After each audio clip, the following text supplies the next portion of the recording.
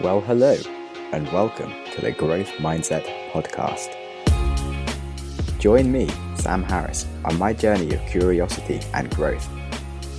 I have conversations with some of the world's most fascinating humans, from billionaires to Olympians, and most everyone in between, such as suspiciously happy people and even a hitman. Success isn't just for successful people, it is earned, and you can earn it too. I find out how ordinary people become extraordinary to fuel your own growth mindset.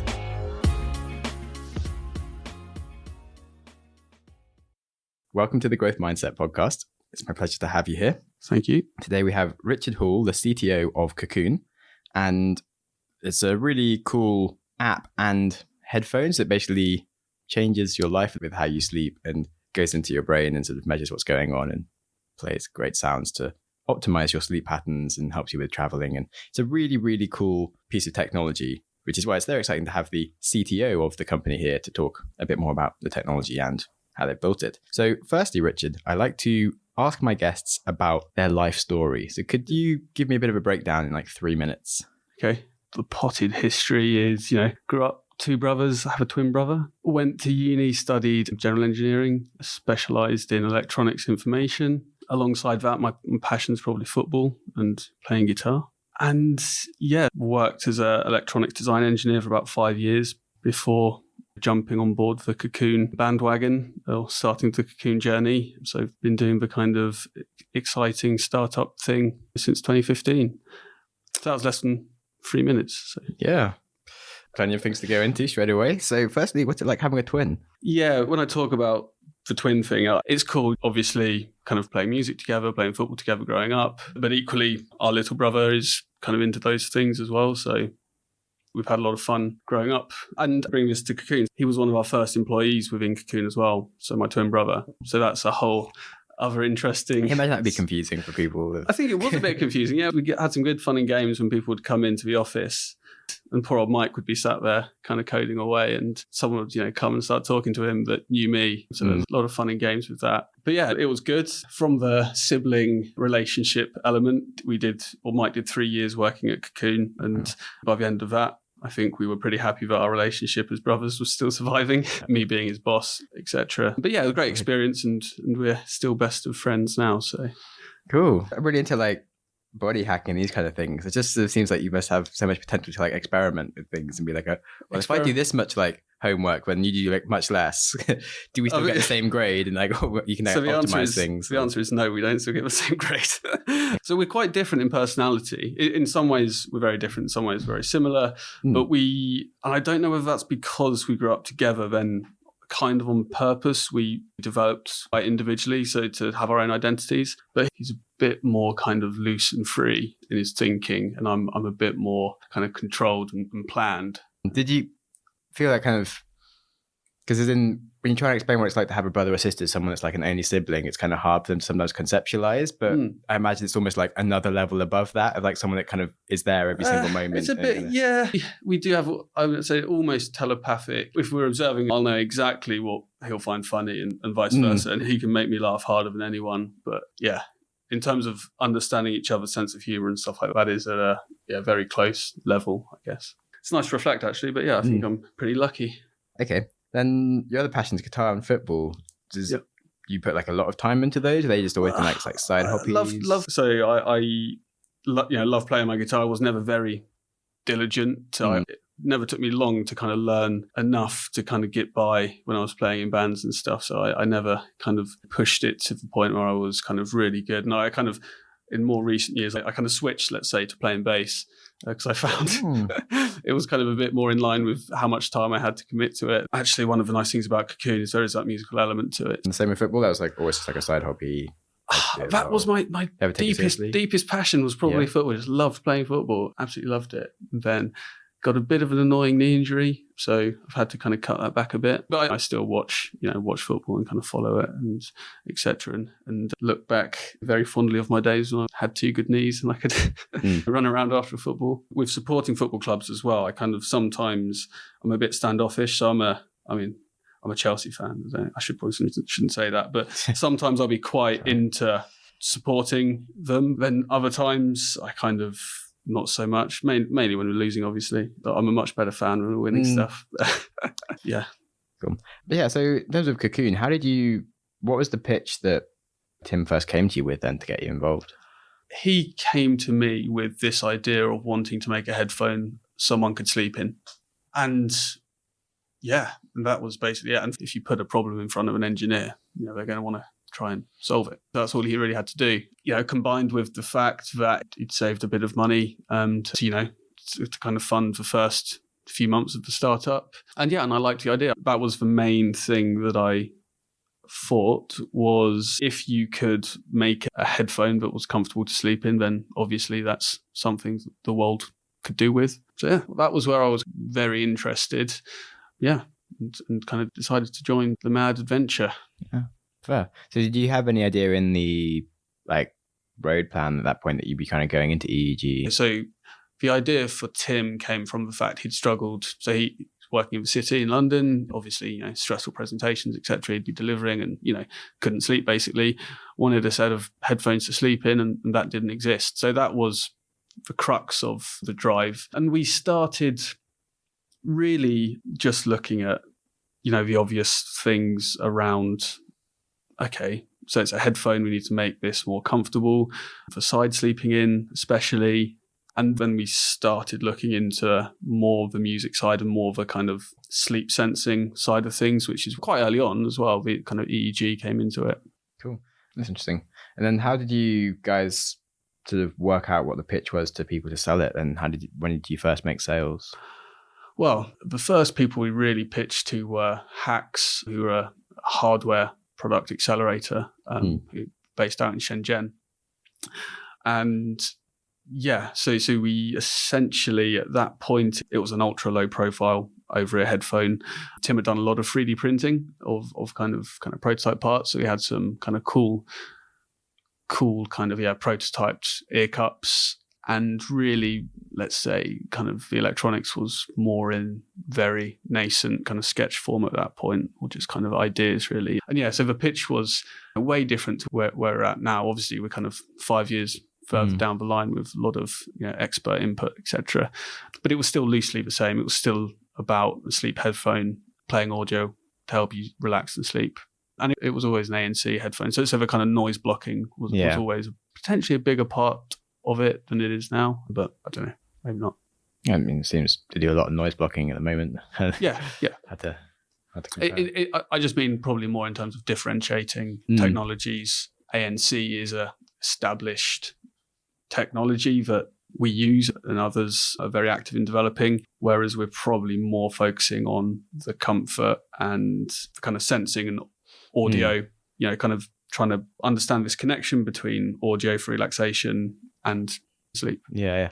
So how have you gone around finding that? As in, when you first started putting sensors in the headphones, what was it that you were finding, and how did you work out what to play at the right time to kind of have the right response?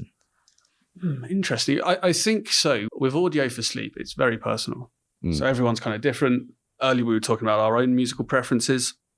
So I think what we discovered quite early, and actually if you looked at other app-based products that were doing audio for relaxation and sleep, is it's all about giving the user choice and an ability to choose what they think might help them. And actually that idea is really one we're kind of running with and exploring further in this product. So it was more about trying to collect a large body of high quality audio that could cater for different needs essentially. So we would have a lot of users that might consider themselves insomniacs or be mild insomniacs, that might be looking for kind of CBT based spoken word exercises, to the lower end of the spectrum for a user like myself who just might want the odd kind of soundscape or something like that. Yeah, a lot of stuff. So as in, people will fall asleep with people talking at them then? Oh yeah, absolutely. Yeah, I was going to say, my mum has pretty much never managed to make it through a whole David Attenborough episode ever. She falls asleep, I think. Yeah. Well, my mum always, I think that was one of the things I knew before going to Kokoon, was I always remembered my mum would always fall asleep in front of CSI Miami or whatever it was, I can't remember. But I'd go up the stairs and turn the TV off. And I was like, So I kind of always understood that. And that's a very interesting, or, for Kokoon, it's one of the very interesting things that we're exploring is around if someone's struggling with distractions or their mind wandering, what's distracting enough that it helps them kind of switch off, but not so distracting, obviously, that it kind of awakes whatever other worries or, things you don't want to happen when you're trying to sleep. So this whole piece around kind of distraction level, because then the other notion you might come to with a product like this is, well, would you ever figure out the optimum piece of audio? I.e., with our system, we've seen this piece of audio really always helps people sleep. If someone listened to a piece of music or a piece of spoken word content, if they listen to that 3 times on the bounce, they'd start getting pretty bored pretty quickly. So then this is the whole challenge around, actually, you've got to come up with a piece of audio that's going to help be at the right distraction level, and also you've got to keep changing that piece of audio before it gets too boring, and you've got to react to the varying states that the user is coming to the product in as well. Yeah, that's interesting. I had one friend at uni who literally every night would listen to the same Sigur Rós album to fall asleep. Right. Didn't do. But another friend who I stayed the night with, and she always listens to just different Harry Potter. Like, doesn't really care which chapter it is, but any of the Harry Potter books with Stephen Fry reading them, just stick that on to go to bed with. And yeah. I mean, he has got a magical voice. Yeah, to be fair. Yes.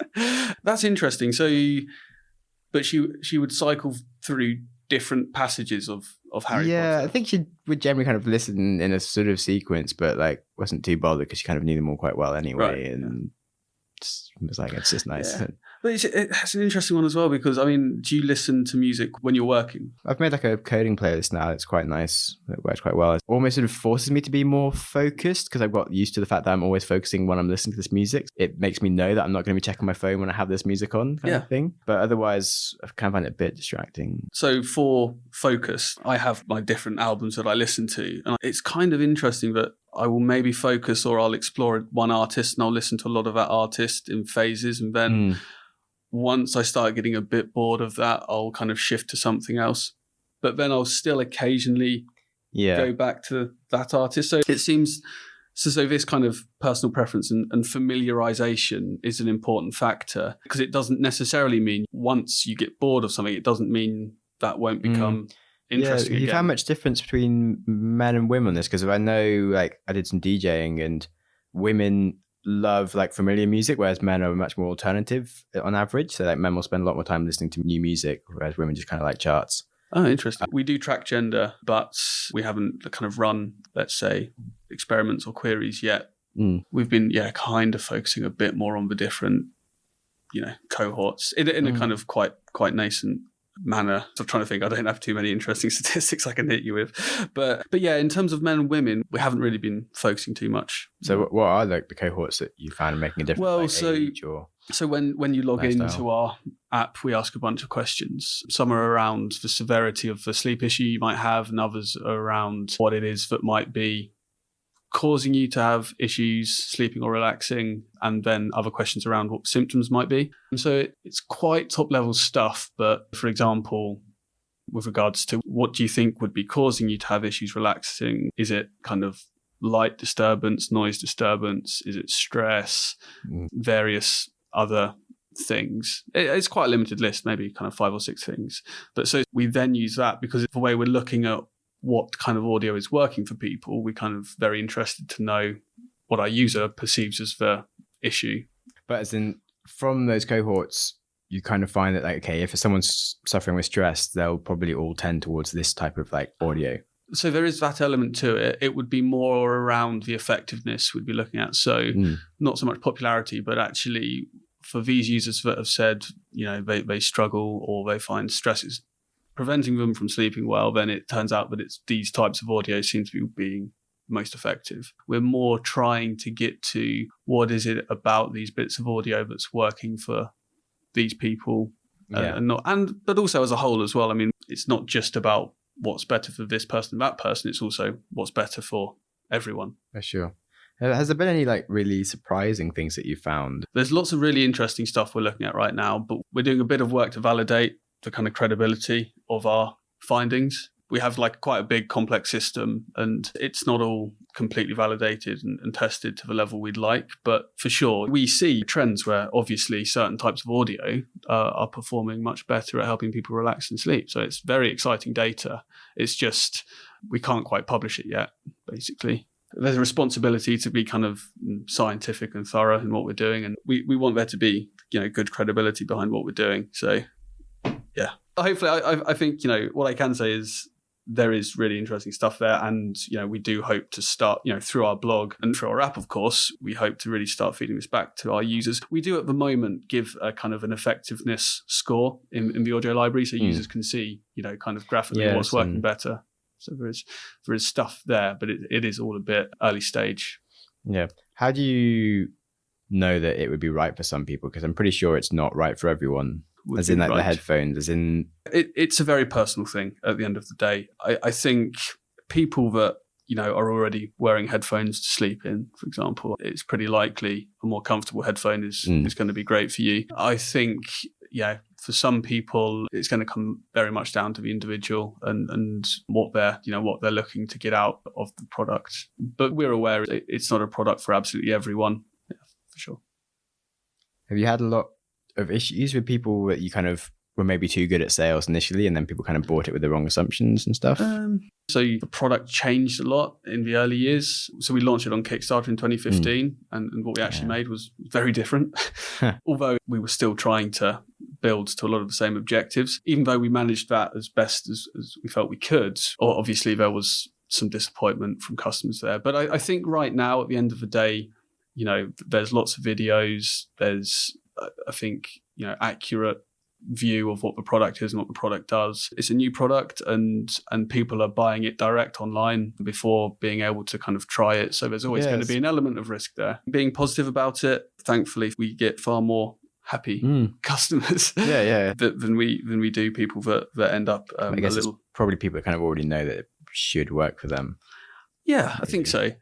And again, I think it depends exactly what your expectation is. But I think if you're using that headphone to relax, to help you get to sleep, I think it's a no-brainer that it's going to work pretty well. If you're looking to sleep right the way through the night with an over-ear headphone, which essentially it is, that's not going to be for everyone. But for a lot of our customers, it is. It does come down to really that individual user. Yeah. Cool. So how did you go about getting the manufacturing? So you're like an electronic engineer.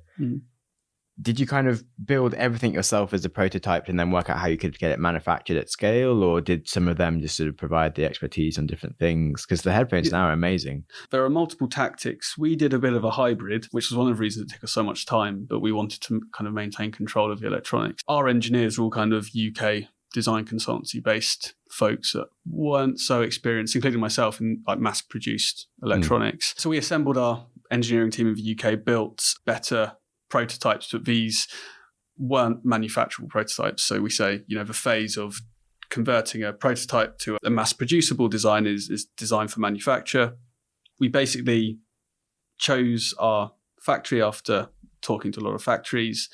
And then actually this kind of DFM or design for manufacture phase, we did kind of with them, which actually was quite slow because we would design a bit and do a bit, and then they might test it or get some stuff prototyped. But we were kind of working together in unison with a factory, which we needed to do because we put a lot of innovation, new ideas into the headphone. And if you'd have just let a factory run with that, they'd have just turned it into a normal headphone. But a kind of faster way of doing things, I think, is after your in-house development, design, prototyping phase, you kind of understand what you want the product to look like and how it needs to work and what bits are critical in the design. But then actually the job is to communicate that to a manufacturing expert in wherever they are and let them turn that into a mass-produced product. Essentially what happened is we took on a lot of kind of DFM work, a lot of ourselves, where actually there were a lot of good people that work in these factories that could have done, exactly. Could have done it much quicker than us. So we made a few learnings, but equally it's quite nice now because actually doing it the hard way, you do learn a lot. Cool. Do you think you're going to have more products come out that are kind of in the same space? We are working on one right now. We're working on an in-ear version of the product, and we're currently kind of testing. We're just at the kind of, let's say, prototyping phase at the moment, so quite early They have phase. less sensing then, or no? It'll have different. So it won't have EEG in it, but we're using a kind of pulse oximeter, so flashing LED type sensor. Yeah, so kind of like a heart rate from the blood in your ear kind of stuff. Right. Cool. But we're looking, I think in the future, hopefully for me, we'll be able to bring EEG back in, but we were kind of looking not to take on too much technical development and slow ourselves down, focusing more on getting the concept or getting the first product out in the market, which it will be different to the over-ear headphone, but I think certainly will be more comfortable for some people. So, I imagine. So it's taking up a lot of our time at the moment as well. But yeah, inventing new stuff, and we're testing a lot with our current customers we're using to kind of test our prototypes and stuff. Yeah. Oh, cool. Yeah. Nice. And then I guess it's quite interesting to see, has there been anything that's gone like majorly wrong, or moments where you're like, oh, I'm not sure if this is going to work? Yeah, all the time. In terms of, do you mean just generally across? Yeah, like I guess two different. As in one, just the general business where you've been like having kind of doubts of like if there was any point in. Not with the business. I think the mission is so strong, right? To help the world sleep and relax better. I think that's. But then, like, worried that you wouldn't be able to do it yourselves, perhaps. It's never been that we couldn't do it ourselves. I mean, there's always been pressure around how long it would take us. So I think, the kind of standard cost, quality, time pressures of bringing a great product to market, they're the daily struggle. And we've hit bumps along the way, for sure. Do you think it's going to be a bit kind of like the Tesla model of come out with really expensive stuff first that people really, really like, your really engaged users will go for, and then like it'll become more mass market, like you'll make it cheaper and cheaper? At the end of the day, we're really trying to help, build a product for around sleep and relaxation, and it has to be a great hearable. Yes, we're early stage, and yes, our initial products will probably be a little bit pricier than what you might expect for comparative hearable products the market. $299 USD, I think, on $299 GBP as well. So it's an expensive headphone. Actually, in the world of headphones, it's actually reasonably priced compared to other. Same as like the Good Bose ones and things. Yeah, exactly. So, but I think with our in-it, we'll be looking to bring that into more of a mass market bracket for sure. Okay, anyway, back to things that have gone wrong. So what are the things that have gone wrong? Recently, we had an issue with our back-end server, and it took us a long time to get to the bottom of it. So it's not even in the kind of software systems as well. It's not always quick bug fixes. But yeah, I think in the hardware side, it's often more obvious what's going on. I think in software, it comes to light as something's frozen or a loading bar or just stuff's not happening. Whereas in hardware, it can be like bits of plastic snapping, stuff looking really terrible, ANC squealing is something that can happen as well. So ANC is quite tricky. You have to control it very tightly in manufacture, and we had some issues there as well. So yeah, but in terms of, let's say, things going wrong, it's developing hardware can be the things that will really give you nightmares. Okay. Yeah. I mean, I was a bit surprised because you kind of mainly see about the headphones, but it's a whole world that comes with the app and whole relaxation. It's not even just sleep. One of the things we're trying to figure out is how we better position the product around actually kind of a lot of the core value. Even though obviously the hearable products we're creating are great, but actually a lot of the value for our customers is in the audio as well. Yeah. I mean, it's really good to over deliver on what you're promising, but it's also, there's something else you could be like talking about and sort of selling as a thing, because it is you're kind of doing that. No, that's useful feedback. But yeah, it's kind of something we are tussling with. It is all being involved in product design. It have to have a good, really, the marketing message and the product have to be very closely linked. Yeah, you definitely don't want to be selling the wrong thing to people. One thing I thought was interesting anyway was I listened to a podcast. If people are interested in kind of music and sleep, I listened to a podcast on, it was the Sleep Junkies podcast. It was called Music and Sleep, where they interviewed Thomas Dixon. That was interesting, and kind of goes a bit deeper into where the cutting edge research is in kind of sleep and music at the moment. If people were interested to find out a bit more, that's quite cool. Okay, what sort of stuff does that go into? And just like how it affects your brain and different So literally, I think Thomas Dixon had done a kind of a review of all the studies that had been done, looking at different elements around whether it was entrainment, distraction level, the impact on the kind of personalization or personal taste impacts, and then studies that look at the difference between music and audiobooks, and also studies that look at masking, so blocking out sound via masking technologies. And the evidence shows that, music does really help people sleep. But I think one of the interesting findings was it seemed to be that music more than audiobooks, that I think what studies were starting to show was it was a bit like going to the gym, where if you listened to music regularly, that actually improved sleep quality over time. Whereas kind of sleeping with audiobooks didn't necessarily have as good an effect on sleep quality over time. Yeah.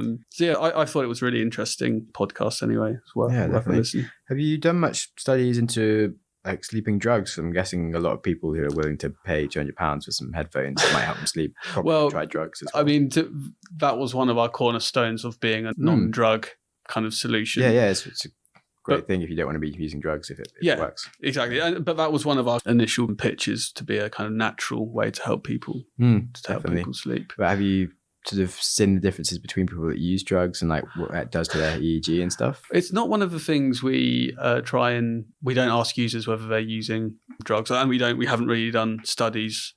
So one of the other things I was looking to mention was we are working with Dr. Simon Merritt, who's our Chief Science Officer, and he's a kind of sleep medicine consultant. So he sends us a lot of literature on sleep, and so we do see some of that come in. And I believe drugs do have a rather large impact on people's EEG and physiology, I guess, pretty obviously. But it's not something we tend to really focus on or deal with too much. Okay, cool. All right, then have you got any major take-homes for people from your life? Or I think the one thing I should probably say is, so just before Kokoon, I got married, and over this 5 years I had kids as well. So my one major take home would be try not to put your wife through quite so much trauma by being a bit of a negligent father and husband at times. I think especially in the early days of Kokoon, it was tough. So I think we've learned that one. And then I think the other thing is, I had to learn early on it can all get a bit too much. I think sometimes at the end of the day, you have to put things in perspective. And I've been there where you're kind of developing a product for sleep and relaxation, and you're kind of moaning about being really stressed, and everyone's like, just use your product. There's always that kind of contradiction between trying to do something that is probably quite stressful. So I guess one of the learnings is to try and do what you're kind of selling, and switch off your tech a couple of hours before you go to bed, try and get a good night's sleep. I write little worry lists. If I have put the worries to one side and treat yourself well. Nice. That's a good tip. Yeah. Cool. Thanks. Okay, then what is one of your earliest memories? Early memories. I think I remember digging a bit of a mud pile in the back garden when I was younger, probably. I don't know why that comes to mind. Yeah, maybe my first bike. Maybe when I was 5, probably, and cycling around the back garden. I don't know. Yeah, but digging mud and cycling. It relates to building your product stuff. Yeah, maybe. To be fair, I was digging a new drainage. I've got to put some guttering on my shed and had to dig a soak away up the weekend, so maybe that's why it came to mind. Oh, cool. So you live like quite far out of town? Yeah, well, I live nearer Cambridge, so back to the hub. That's great. Yeah, I love Cambridge. So was my first design job was there, and then went to uni there as well. So fun. And actually grew up in the Fens really, but Cambridge was one of my close cities. So it's good. It's better than living here permanently, especially for the weekends. It's nice being out in the countryside. Yeah, I can literally pop out of my house and I'm kind of in fields. It's a bit like Animals of Farthing Wood, but you're probably too young, I don't know. But that was an old thing. But there's, you go out for a jog and you see kind of foxes and there's a lot of partridges as well, which are horrible because they kind of squawk and they don't kind of run away until you're really close. Nice. I'm from the middle of nowhere. So okay. So that's why I don't like London on the weekends. Right. Yeah, I'm not one of these people from cities. Yeah, because we only lasted a few years in London, especially with the kids. But actually, it is lovely being in the countryside. I can smugly say that. Cool. What's the kindest thing someone has ever done for you?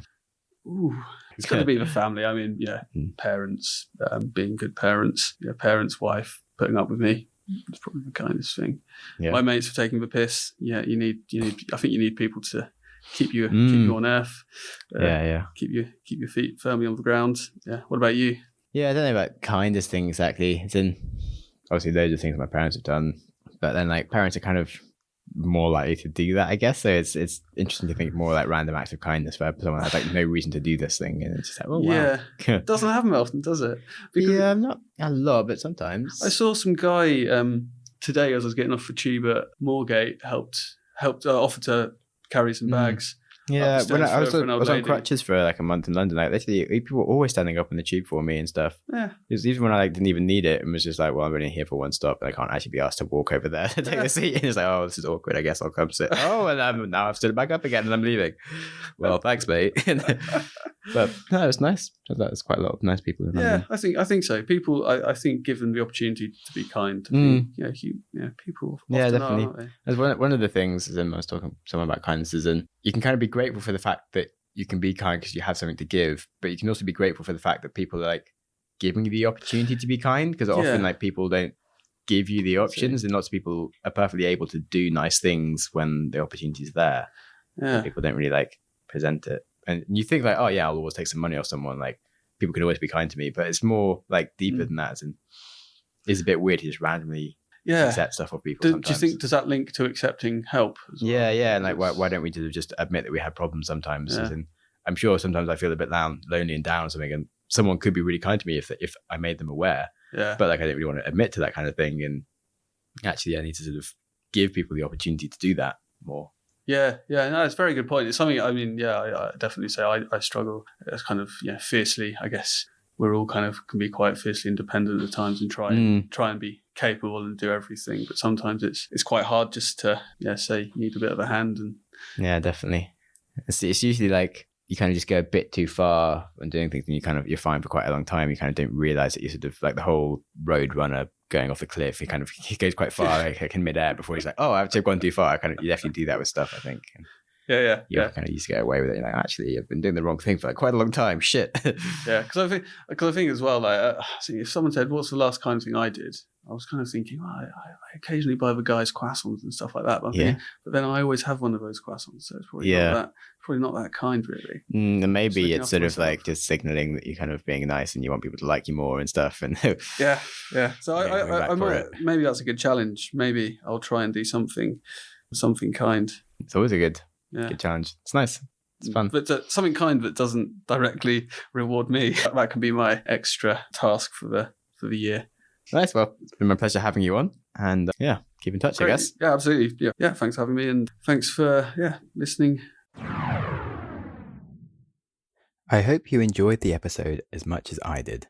My goal for this podcast is to help make people happier and wiser, and I'm also working on a few other projects in the podcasting space to achieve the same thing. I run the Wiser Than Yesterday podcast with a friend, where we read and discuss a great non-fiction book a week. Talk about things like philosophy, psychology, the economy, self-improvement, and business. Books such as The Black Swan, Anti-Fragile, Invisible Women, How to Win Friends and Influence People. It's a great resource.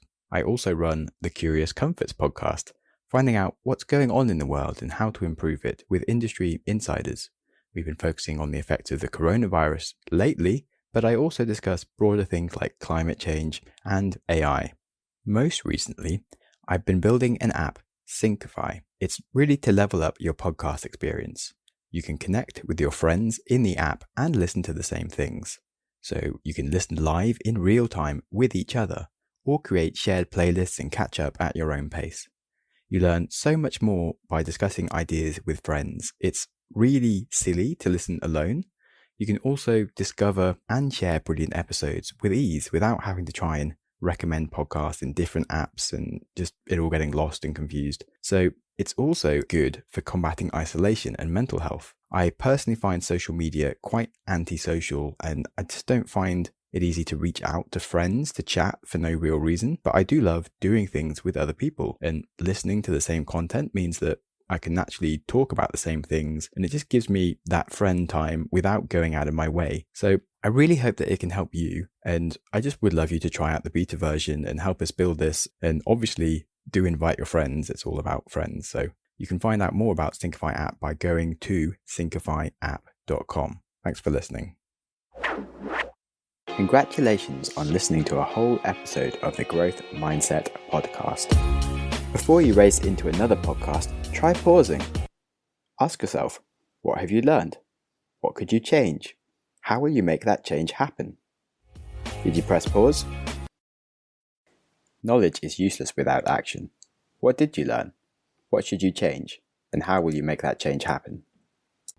You can tell us what you learned by contacting us through the website, growthmindsetpodcast.com, and feel free to connect with us or our guests, or just peruse the show notes. Our Instagram is @growthmindsetpodcast, or follow me @samjamsnaps for a daily reminder to stop using Instagram. If you enjoy random acts of kindness and want to support the show, you can support us on Patreon or leave us a review on iTunes, and you'll make me very happy.